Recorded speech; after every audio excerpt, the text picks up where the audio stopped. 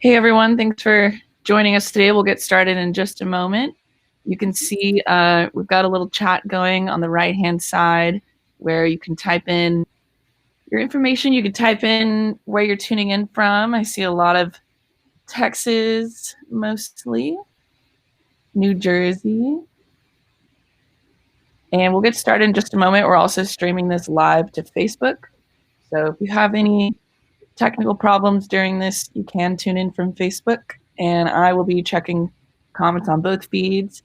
Guess we can go ahead and get started. My name is Bryn. I work at Precision Camera in the education department, and today we've got Jillian from Tamron here with us, and she's going to tell us basically everything she knows about macro photography and getting a little more in depth. If any of you guys tuned in last week, we touched on some macro type things, and we're going to go deeper into that today, and it's going to be a lot of fun. Jillian is really great at photography and just presenting this information in general. It's very entertaining, and I know we all need some entertainment today. So I'm really excited for this. And throughout this class, if you have any questions, please feel free to drop them into the chat box. I believe we should also have Sarah. Yep, there. Sarah with Tamron is also with us today. So she will also be able to help out with any questions you guys have. She's amazing. And yeah, like I said, you can ask questions during class, but we can also have time at the end to get to any of your questions regarding Tamron or macro or precision, anything like that. So with that being said, Jillian, why don't you go ahead and take it away? Sure. Thank you. And hello again, everyone. Welcome to another edition of Tamron Tuesday, brought to you by Precision Camera. They've been really great about providing content for everyone.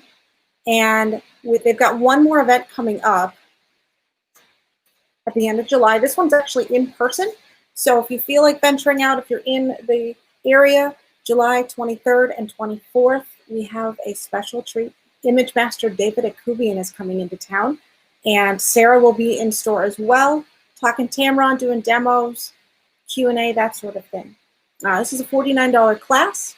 Definitely well worth it. You can check out David Akubian's work on the Tamron-USA website under Image Masters. But that's something to look forward to if you're into travel, if you're into landscape. I know I definitely learned something when I listened to him speak. Like Bryn said, my name is Jillian Bell. On Facebook, on Instagram, you could find me under Bell Tamron USA. I'm a self-proclaimed professional macro photographer and current national tech rep for Tamron USA. Basically what that means is I've got an eye for detail, and it doesn't matter what genre I'm photographing in, whether it's landscapes or portraiture or street documentary, things like that. For some reason, I always go back around to macro photography, and I'm really excited to share this with you. Hopefully it's a challenge to you. You guys learn something. We open up the creative juices a little bit. This is Beyond Macro. So the idea behind Beyond Macro, this is addressing many of the questions that I get in my traditional macro classes. So this, in a way, is a continuation of my basic macro class. So maybe you've mastered your 90 or your 100mm macro.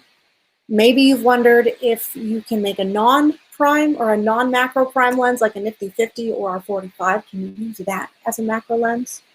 Or maybe you just have a zoom lens and you're trying to figure out, can I use macro for that? These are some of the things that we're going to address. Subjects we're going to focus on today. Number one, general lenses and macro accessories that are common in this field. Number two, ratios and how to calculate them. So we're going to assume you understand what one-to-one macro means. If you don't, it's a life-size representation of a subject if you were to place it physically on your sensor. So when we talk about better than one-to-one, 2-to-1, 5-to-1, we are magnifying it even more, and we can do that with specific setups and specific accessories. Number three, we're going to focus on getting it right in camera. So that way there's less editing on the back end and it's easier to focus. It's easier to set up that way. Number four, I always get asked about focus stacking, so we're going to address that. I'm going to give you some tips and tricks about how to focus your photographs. All right, number one, lens selection. There's three basic type of lenses that we're going to deal with when we talk about macro photography, and especially getting better than one-to-one images with your lenses. Number one, zoom lenses. And then we have prime lenses that aren't necessarily macro. And then we have that true one-to-one macro capability. When we talk about true macro lenses, so in this case specifically, I'm talking about the Tamron 90mm macro. The advantage here is that when adapted, it has better magnification qualities than a prime or a zoom. So in this case, we can get that better than life size 2-to-1 macro very easily with extension tubes or teleconverters, things like that. Prime lenses can give you similar results, but it has more of an ethereal quality to it. The properties are different, and so we'll talk about that and dive into that a little bit more. And then lastly, when we talk about zoom lenses in macro photography, specifically I'm talking about using an accessory with it, so beyond its close-up capabilities. We've got a limited working distance with zoom lenses. So in this case, longer zoom lenses with a better minimum object distance are definitely preferred in this case. So I have maybe 2 feet of working distance versus 20 inches or closer working range. Now, when I talk about macro accessories, these are the 4 things that generally will come to mind. So if you have a lens and you're trying to get macro out of it, you're going to talk about either close-up filters, something that you're going to screw on the front element like a UV or a polarizing filter, and this gives you a magnifying effect. Number 2, the Tamron 2X teleconverters. This one is specifically used with our 150 to 600 to give it a 1 to 2.5 macro. So we can get a almost half life size macro out of that. Extension tube sets are the most common macro accessory we're going to find when people are trying to get better macro imagery out of either the lenses that they have or their current macro lens of choice. And we'll talk definitely about how to use those. And then lastly, bellows. Bellows are fun. Bellows, especially in the case of a 90mm macro or certain lenses, will give you better than 1-to-1 versus, the teleconverters and the close-up filters. A lot of times you can maybe get 1-to-1 out of it, but the more extension you can give, the more space you can give in between your lens and your camera body, basically the better magnification you can get and the more creative things become. Here's a good example of that. So in this next example set, I've got the Tamron 35 to 150, the new 2.8 f4, showing you an example of how using accessories can definitely change your macro mindset. In a traditional sense, this 35 to 150 gives you about a 1-to-3 ratio, so a 30% life size. Just like the 18 to 400, it's great for close-up work. So we're photographing like a 4x6 area, flowers, butterflies, something about that big. If we have a close-up filter screwed on, so this close-up filter is a ×4, so it's basically just like a magnifying glass that we are screwing on in the front of our camera or in the front of that lens. This can give us pretty close to 1-to-1 macro. That little box that you see is 3/4 inch by 3/4 inch in size. So you can kind of get a mental image of what that looks like. You get a better result, you get better macro when you put the 2X teleconverter on. You can see there, that is 1-to-1 macro. Now the trick with the teleconverters, this is a huge disclaimer because I don't actually recommend doing this if you're unfamiliar or uncomfortable with accessories and your lenses. When we're using a zoom lens and the 2X teleconverter, if this zoom lens is at its widest point, so in this case, if I put that lens on 35mm, the back element of your lens is going to hit and merge basically with the teleconverter element. So that will damage your lens. The 2X teleconverter only works best if you zoom it all the way out to 150, and then you put the teleconverter on, and then you mount that to your camera. You are not going to go all the way wide angle with that. It's going to stay at its fullest telephoto position. The only way it works, 18 to 400 is the same thing. Definitely don't damage your gear on my accord. However, if you're into being creative and putting together some odd accessories, it actually gives you a pretty good result. And then lastly, on the far right side, this is the extension tube set. And the extension tube set, this is the best way to get macro. In this case, I'm almost at a 2-to-1 macro, so twice life size. And if you're new to extension sets, they will basically come in a set of 3. You see in the middle there. And I recommend starting with the skinniest one first. and then maybe the largest one, and then you can start stacking 2 or 3 of them together. Getting the focusing distance right is pretty difficult. Your depth of field gets very shallow very quickly. So the hardest part is trying to figure out, like, where is your subject going to lie? In the case of the 35 to 150 and the extension tube set, so this is all 3 extension tubes here on the right-hand side. Guess how close I am to my subject. If you can imagine, I'm basically running into it. You are correct. You can see the LED light very brightly on the left-hand side there. And in all honesty, I had to zoom this lens out just a little bit. So for that final image, I was at about 120 millimeter, all 3 extension tubes stacked onto that lens in between my camera body. Because when we use the 150 millimeter in all 3 extension tube sets, your focus point is actually inside of your lens, and you physically can't get your subject inside of your lens. So you can do it. Autofocus actually kind of works sometimes, but manual focus is best here, and it's a little tricky, but it's possible. Another great example of getting some macro in a non-traditional setting is using the 150 to 600 with the 2x teleconverter. That's what I did here. And the cool thing about the 150 to 600 is its minimum focusing distance is 7.5 feet. So I can be very far away. I put the 2x teleconverter in between, again, my lens and my camera body. And the neat thing here, talked about depth of field already, I can photograph these images at f81, which gives me about 3.5 inches of depth of field. This is unheard of with macro photography. Normally we're talking 1/2 inch or 1/4 of an inch or like millimeters at best. So the fact that I can get 3 inches really allows me to stack these elements together, work with the telephoto compression, and just kind of create some cool shapes. If you want some more information on how to get this photograph, there's a Tamron 5 at 5 video in the homeschool section where I talk about macro, like 5 different macro things that you can do at home, and I cover that in that video, behind the scenes and all that kind of stuff. All right, some tips for setting this up. This is one of the few times where I highly suggest you use manual focus. I am an autofocus kind of gal.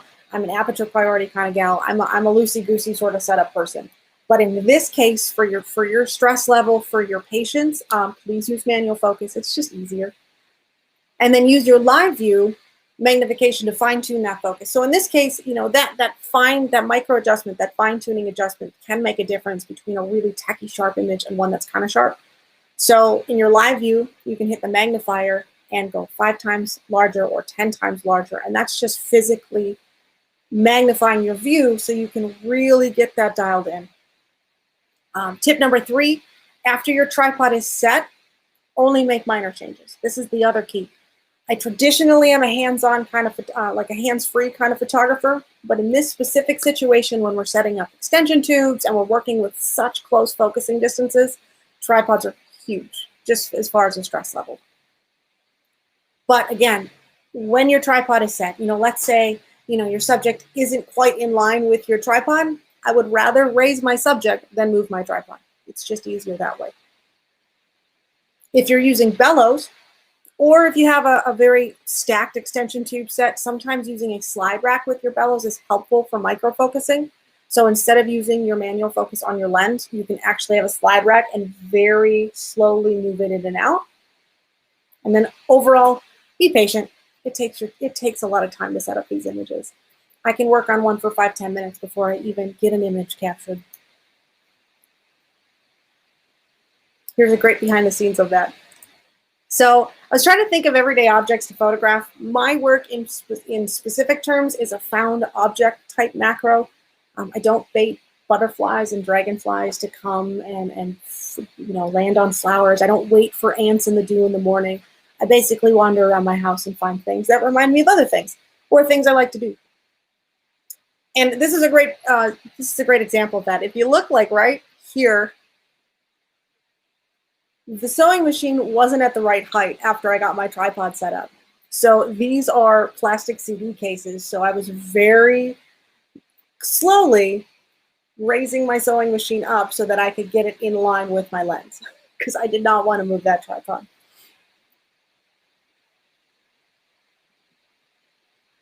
And then before I even put my subject in place, I talked about finding your minimum focusing distance, so finding where your subject should be placed. I'll use a ruler a lot of the times, set at a slight angle so I can kind of see, okay, it's in focus right about 3, so I know that's where I should put my subject. Or in a very simplistic form, I'll put my lens on minimum focusing distance, so I'm going to put that to the best macro it can give me. I'm going to zoom the lens all the way out or get all my extensions set up, so I'm getting the most magnification that I need for this scene. And then I'll simply just move my hand closer to the front element until it pops into focus. And then I look, okay, I'm about that far away. That's where I place my subject. Don't think about it too hard. Just kind of go with it and it'll figure itself out.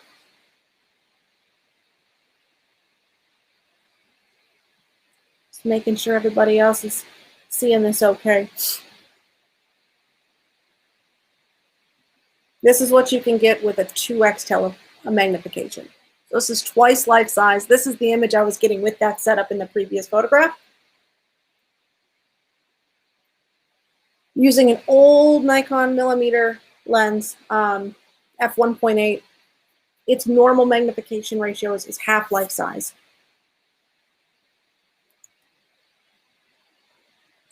The next section, this is just for my math friends out there, calculating magnification ratios. If you're looking for a specific magnification ratio, or if you are just trying to figure out what your lens is capable of, this is the general equation. I got it from CambridgeInColor.com. Honestly, I found it was one of the better results by searching for how to calculate magnification ratio in macro photography. The internet is an amazing thing. So what we do is we take the original magnification of the lens in its point X form. This is the hardest point. You have to look at the tech specs of the lens that you're using if you don't know it already. I know on the Tamron website, it has all of this, all of that location, or all of that information in the technical specs on the bottom of the product page. So we take the original magnification, and then we add that to the length of your extension tubes in millimeters, divided by the focal length of the lens. And that gives you the new magnification. So the best example here would be, let's say you have the Tamron 45 millimeter f1.8. Its native magnification is 3.4x. So it's about 30% life size. If I use a 36 millimeter extension tube, so that's the thickest one out of the 3-pack that there is available, the new magnification would be 0.3.4. Honestly, that should be 0.34, I apologize, plus 36 divided by 45, which gives us 1.094. Gives us basically a 1-to-1 macro.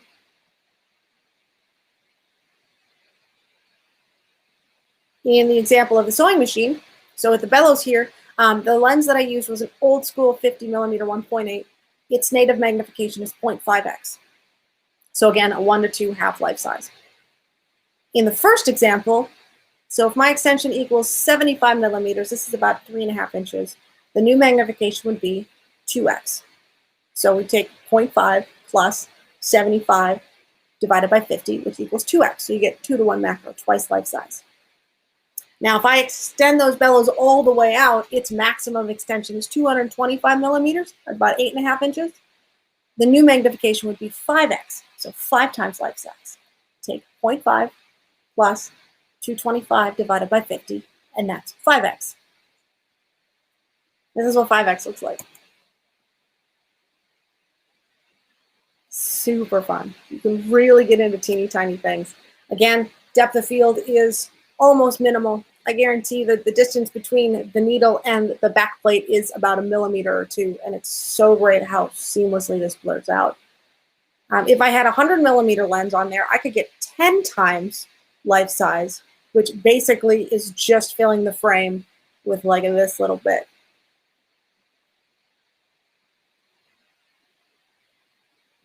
So you can easily see how you can spend hours and hours doing one picture at a time. It's kind of fun.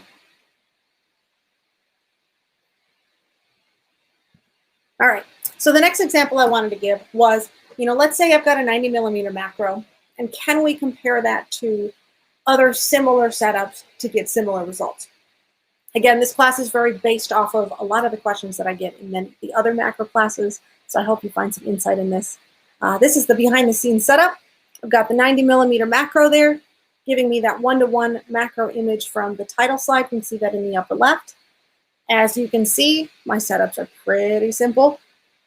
I needed a little bit more height on the deck of cards, so I stacked it on the deck of cards and the lens hood, and then I clipped it to a coffee cup because I just needed something stable.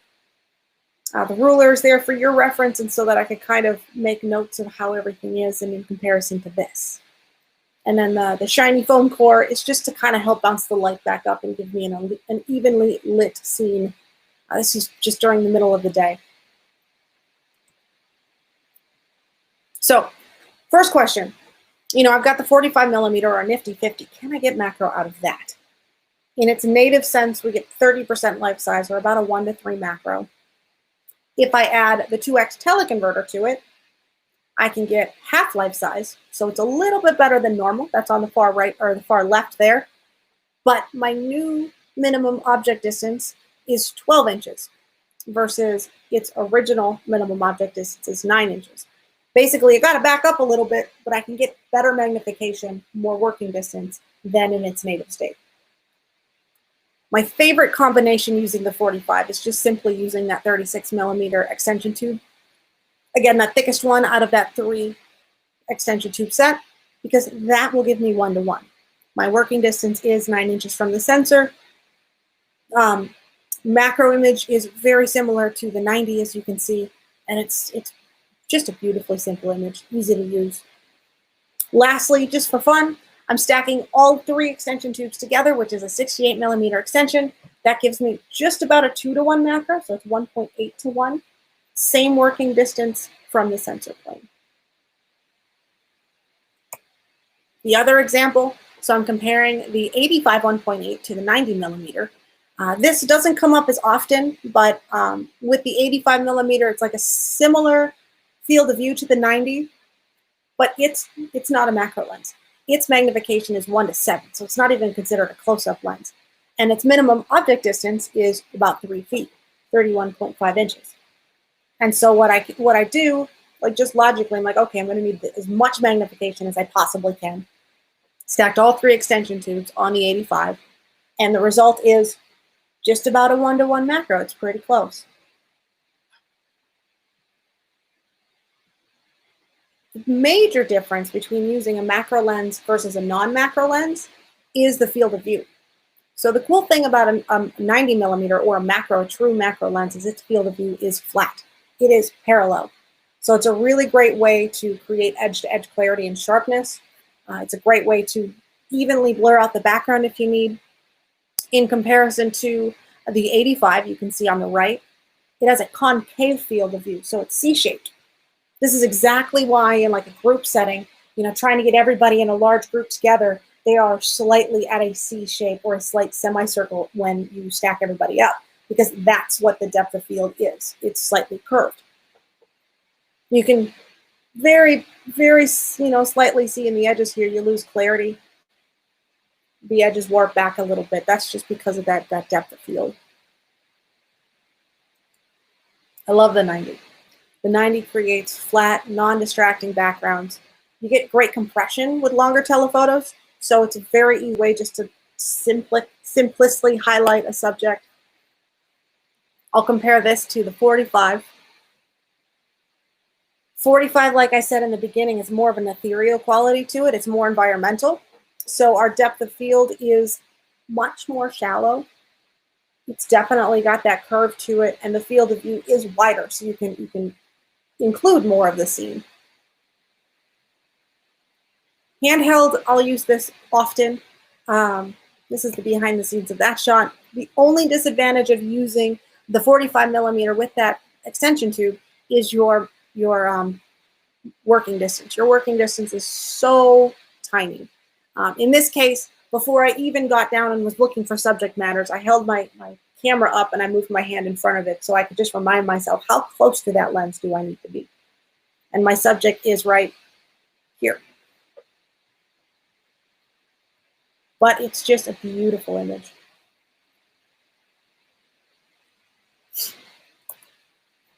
All right, number 3, moving on. Getting it right in camera. In this case, I wanted to kind of set something up and show you guys kind of the thought process. How to create an image, how to think about an image, how to get it right before you push it into post-production, and how to read your histogram and all that kind of stuff. This is using I think this is the 45. Yep. So same setup, 45 millimeter f1.8 with that 36 millimeter extension tube on it. The one on the left, that is the auto aperture setting, auto white balance. It's having a little bit of trouble trying to figure out the color. So custom white balance is definitely preferred here. When I switch to a custom white balance, honestly, I encourage you to use whichever method you find comfortable. What I tend to do is I have a set of LEDs that have a specific light temperature that I can dial it in. So what I'll do is I'll set my LED up for 5800 Kelvin or an arbitrary number, and then I'll set my camera's custom white balance Kelvin value to the same, in this case 5800 Kelvin. And that way I know they match, and that way I know my color is right. So this original image, and I've been wanting to take this picture for a long time, something I've had in my head after I saw like Mike Moats and many other macro artists that I look at take these dandelion kind of tufted photographs. This is the original image. The first one that I took, I like it. This is set up in on a tabletop. I got it behind the scenes at the end with a black background, just holding it up with a couple of push pins and some corks. And I like this picture. One, because its histogram example is really non-traditional. When you read a histogram, it's not supposed to be an even arc. Your histogram is a visual representation of what the image looks like if you were to put it on a graph. In this case, I've got a lot of black, a lot of darker tones, which you see right here, that's correct, a bunch of middle tones, and then I've got this weird highlight arc over here. It's actually pushing off the edge. And that's because of these highlights that I need to get rid of. This is too hot. How do I correct that? So my next step is to put in a blackboard and kind of cut some of that light out. It's just a simple one light setup again with my LED. See the little diagram there? Very rudimentary, I apologize. So I've got my LED coming from the right-hand side. The blackboard that I used is like a jewelry stand that I'll use. It's got a little picture frame thing on it so I can stand it up. If you don't have anything like this, a picture frame with black fabric wrapped around it works. Black foam core that you can kind of stand up either on a grip or a stand or hold it off to the side, whatever. But all I'm doing here is blocking. You can see how dramatically now that's cut down that light, blocking those highlights.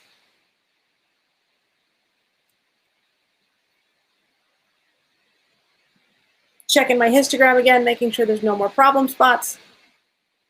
And yep, that's exactly what I want. So I've got the dark values here. They're not falling off the edge, so I'm not completely knocking the detail out of my shadows. I've gotten rid of my highlight troubled area there, so that's good. The last little thing that bothers me about this image is this little spot right here. I want a little bit more light on the dandelion tufts to give it a little bit more focus. And so what I did, I'm thinking, okay, if this was a portrait, how do I add more light in? I don't want to illuminate the background, but what you do is you just kick a flashlight in. So in this last and final image, I've got the LED light coming from the right-hand side, that blackboard blocking some of that light for those harsh highlights. And then I grabbed a flashlight and just put it right behind the fluffy bits here to light that up. It's subtle. Let me go back one. Look at that left-hand side. Camera one, camera two. Just wanted to illuminate, separate that from the background a little bit more. In post-production, very minimal. Basically, all I did was amp up the green value a little bit. I wanted to give that a little bit more saturation. Honestly, I should have taken this picture 3 or 4 days earlier than I did, because this dandelion was pretty dried out by the time I got to it. Little bit of sharpening in post, but other than that, it was just a simple post-production. The setup definitely took more time. This is the behind the scenes of the setup. And my crude little flower holder there on the left. Not complicated. You just got to kind of figure things out. All right, is everyone still doing okay? Haven't lost you completely? Good. The last one, last little thing I want to talk about is the art of focus stacking. Again, this is a question that happens often in every macro class, and you're going to get a little snippet of it because this is something that definitely could go into a ton of detail. Focus stacking, there's a couple of different ways or reasons why one would try focus stacking. The most common one here is just to get absolutely everything in focus. From front to back, from foreground to background, you really want to encase that whole image with detail and sharpness. And we use focus stacking because in macro photography, like I said, the depth of field is very hard to control. To get that long depth of field is very difficult, especially with the 90mm.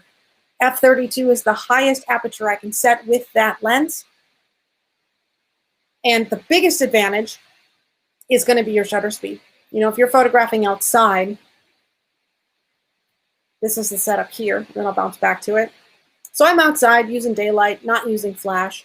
I could use a ring light, but that would help with shutter speeds and crispness.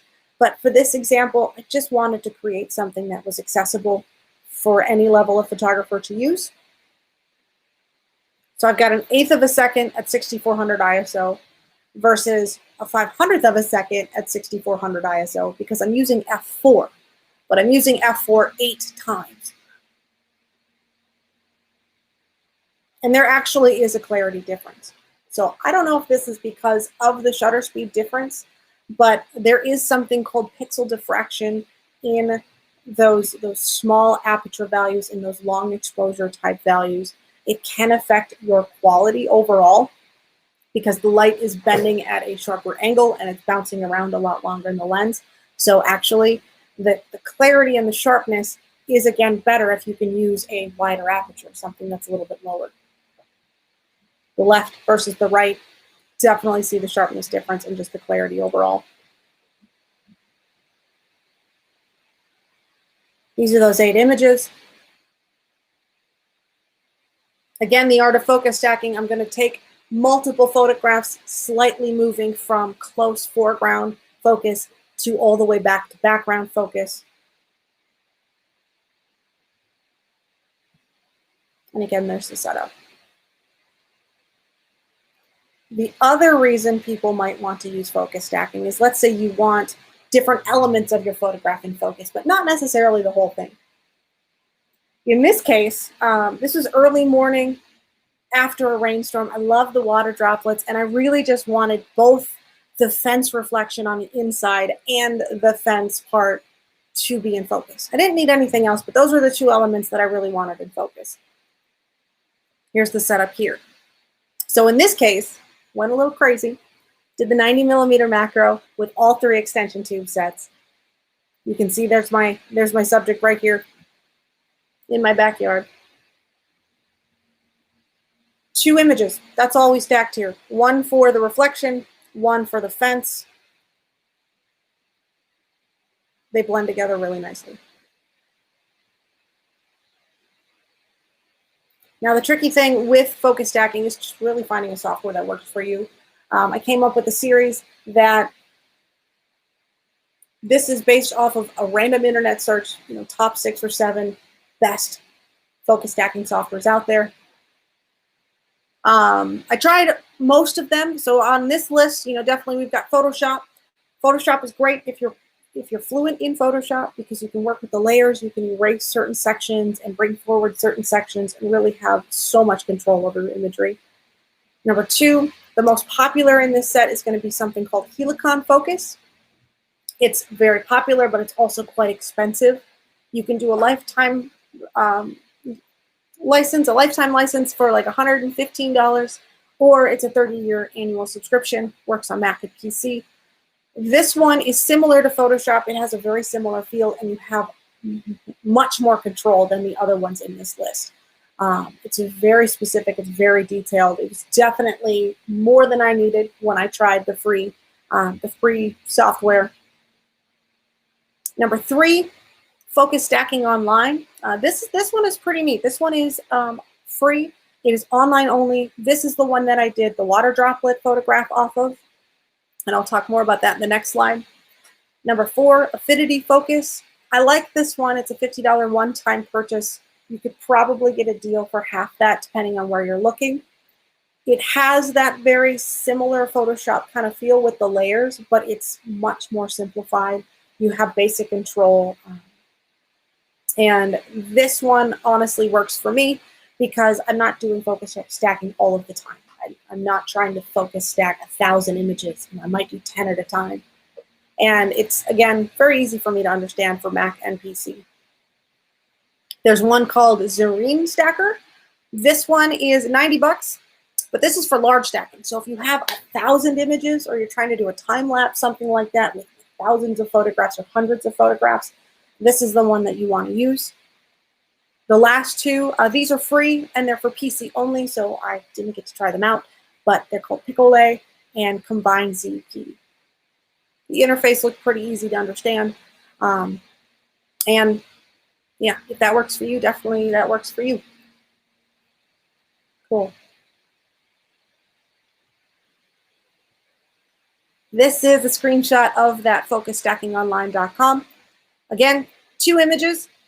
Basically, you load that, you drag them into this screen and you hit stack, and then it processes it for a while. And then at the end, when it's done, you can do download, you can do clear and start over, or you can do restack, which means just try the same thing again. The tricky thing with this is if you hit download, it asks you to also download some Chrome extension app that I didn't feel comfortable doing. So what worked for me is just a simple right-click, save image as, and that worked out really well.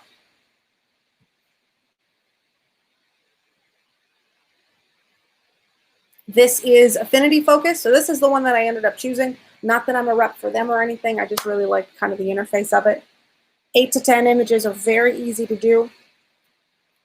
Lines them all up in layers. You can rearrange them a little bit. You can do minimal adjustments again with like brightness and contrast, vibrance, exposure, shadows, highlights, that sort of thing. But if you get it pretty close beforehand, so I'll edit the images so that they're the same in Lightroom, and then I'll drag them all into here so I do not have to do much adjusting here. And then you hit merge, and it runs a funky thing that looks like this while it's merging. And honestly, I might try it again and do a screenshot of just this, because this makes a beautiful kind of abstract charcoal drawing. That might look nice as a canvas as well.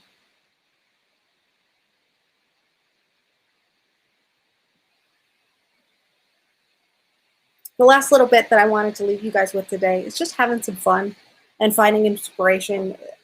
This is really what it's all about. You know, when we get into this super advanced or just that next step type of photography, my rule is don't think about it too much and just try to come up with things based on what you have around, or you know, minimal things that you can purchase to kind of bring your work up to the next level.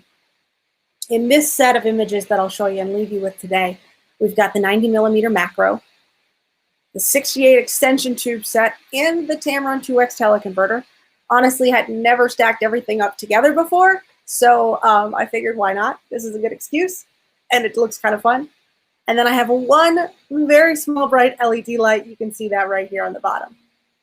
It's like a little lume cube, or you can use a bright flashlight. The tricky part here is just the stability of everything. You got to trust your mounts. You got to trust your tripod. There was a little bit of shifting, and then the 2X teleconverter is in between my extension tube sets. It's not, you know, next to the camera body. It's not next to the lens. It's just kind of nestled in between there, in no particular order. So I hope you had fun today. We'll open it up to questions. I know that normally I travel all of the time. So whether You know, on your next adventure, whether you are at the river basin, whether you're in the forests, whether you find yourself in a desert, or maybe the mountains somewhere, I hope to see you again on another workshop. There we go. Now I want to open it up, see how you guys are feeling. How was it? Was it exactly what you expected? Great question from Holly. Could you please explain again how you are taking the pictures for focus stacking? Are you leaving everything the same, but just focusing on different parts of the subject? Yes, that's exactly right. So let me go back to the behind the scenes shots.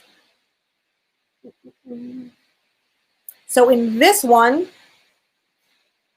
that's the setup. My tripod is set, and I figured out where to put my camera before I set up my tripod. So I had my camera on my tripod, but the legs weren't extended properly. The ball head was kind of loosey-goosey. And then I was kind of floating in and out physically to try to figure out exactly where I needed to place it. And then I locked everything down.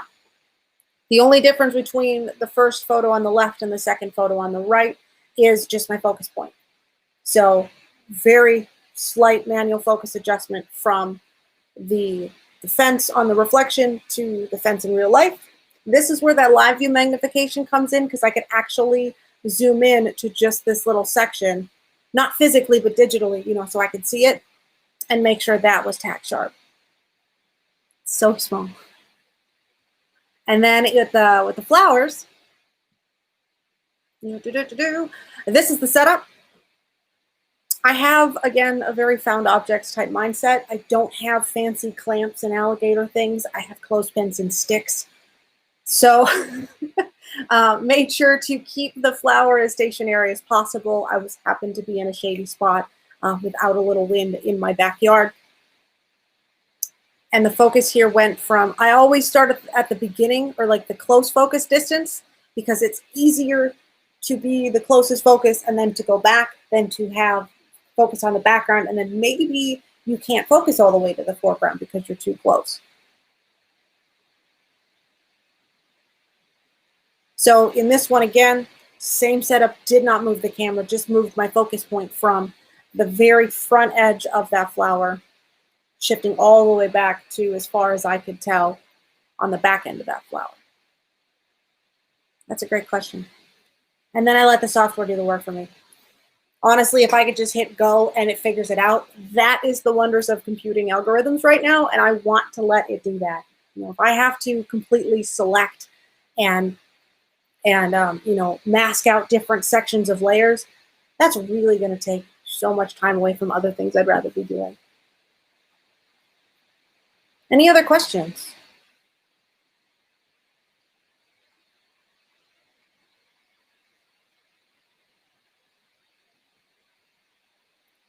I'm glad you guys got it.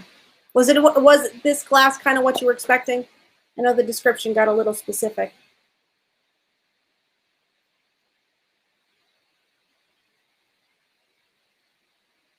Out of all of these, this knife one is my favorite. Stacking metal is very difficult. So you gotta line it up just right.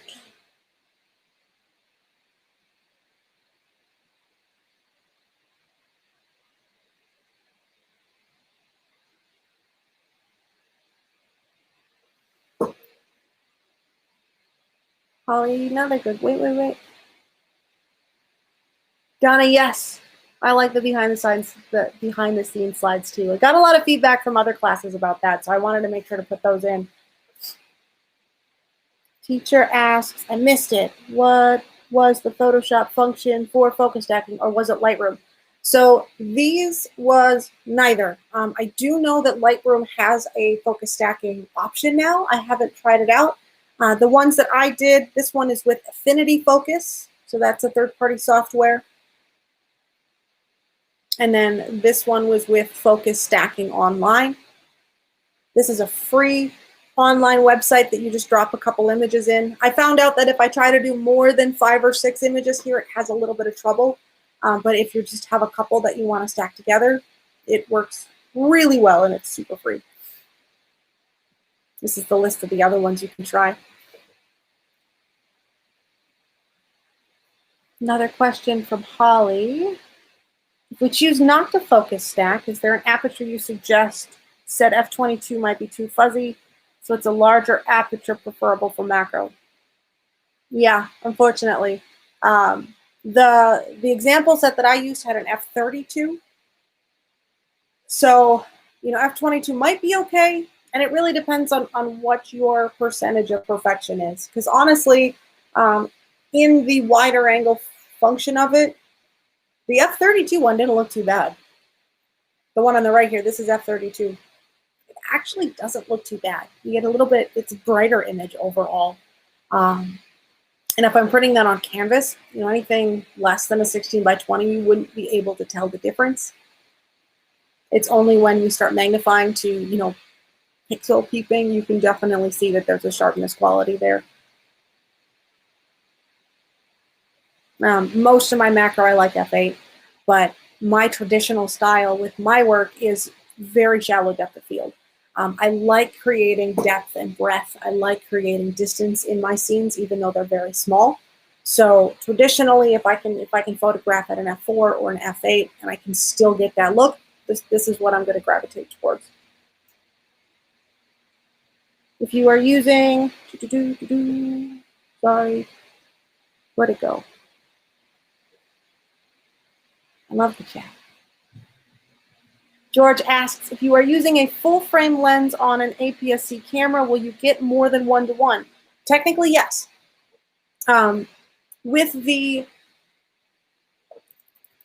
If you have a small sensor camera and the 90mm macro, your field of view is slightly magnified, so you'll get slightly better than 1:1 versus if you're using a full frame camera. Great question, George. Holly says, meaning if no one is zooming into your photo, it doesn't matter. Won't see the sharpness difference. Yeah, pretty much. So, I mean, if you're printing out an 11 by 14, I wouldn't notice the difference. It would look totally fine either way. But if you're the type of person that you secretly know and it bothers you, then do the focus stacking.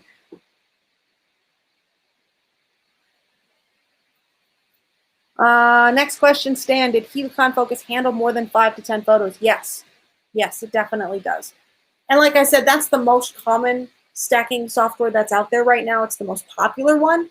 And I guarantee there's so many online tutorials on how to use it specifically. But personally, for my work and what I need it for, it was just too much of a software. I didn't use all of its features, so I didn't figure it was worth my money. The biggest thing overall, you know, find a workflow that works for you and don't change it for anybody. There's a couple years where I started doing that and chasing different other people's methods, and I ended up confusing myself. So what we can do is just find what works for us and stick with it. You're welcome. Have I ever been told I look like Kate Winslet? No.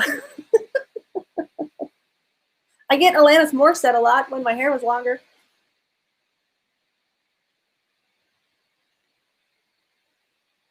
Bowen asks, and I'm so sorry, a couple of you I saw that was having a little bit of trouble. Again, it's recorded. You can go back to the Facebook Live video and zoom in and like fast forward to the sections that you missed. Do I ever use a ring light? Traditionally, no. Ring lights for macro photography are very flat. It's very direct light. So, you know, in this case, a ring light would work because it's a very flat subject and you're trying to just capture all of it. If I did use a flash or a ring light, what I will do is I'll take it off and move it off to the side. I like more of a side lighting kind of look. But in all of these images, I've been using LEDs the whole time. Again, I want it to be approachable. Tracy, yes. Did I mention Lightroom has a focus stacking option? I think it does. I think it came with the last update, but I haven't looked into it and I haven't tried it. So definitely take a look at that.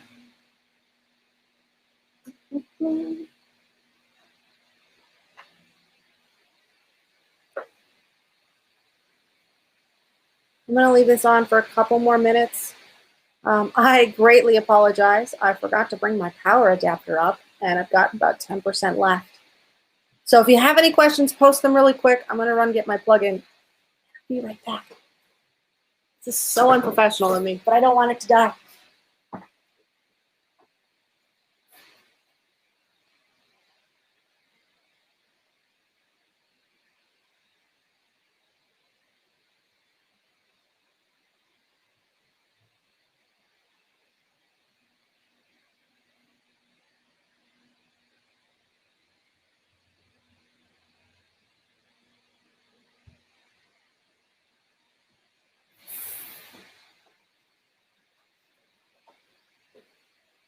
Bryn, does Precision have anything else coming up that you'd like to mention those last couple of minutes?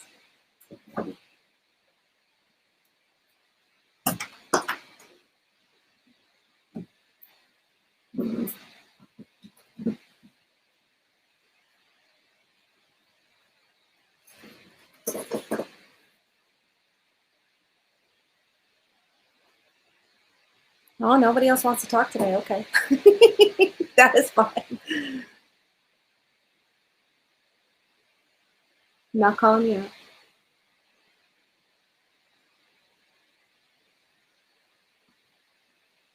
Very cool.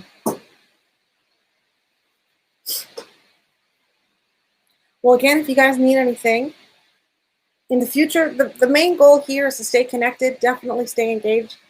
We're still stuck at home, at least for another month or so. Precision Camera, this is their website there. I know a lot of you are from the Texas area, so they are, I love on the website, it says you're the largest camera store in between New York and LA. So for precision-camera.com. There is a precisioncamera.com, and that takes you to a different place. So precision-camera. David Akumi is going to be just a treat. If you're looking for Sarah, again, she is your regional Tamron rep. If there's any demos that are going on, or if you have any specific area questions to that, Oklahoma, Texas sort of region, she is Sarah with Tamron on Instagram and Facebook. I am Belle Tamron USA, and I'm happy to engage socially online if you have any questions in the future. Traditionally about macro photography. My last class last Tuesday was on food and product work, so that is another specialty of mine. And I just want to thank everybody for coming. This has been a good hour.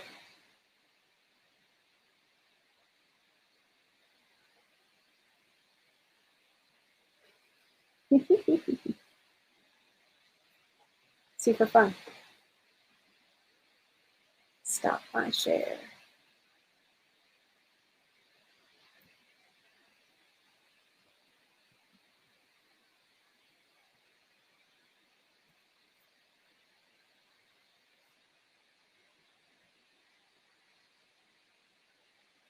Yes, the 2X teleconverter is specifically designed to work with the 150 to 600 G2.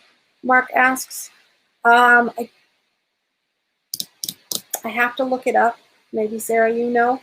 I do not think it's compatible with the G1. Not at all.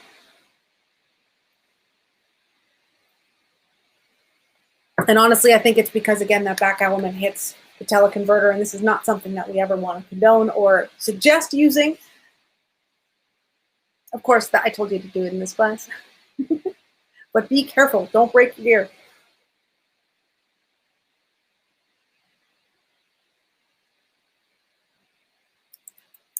Anything else anymore?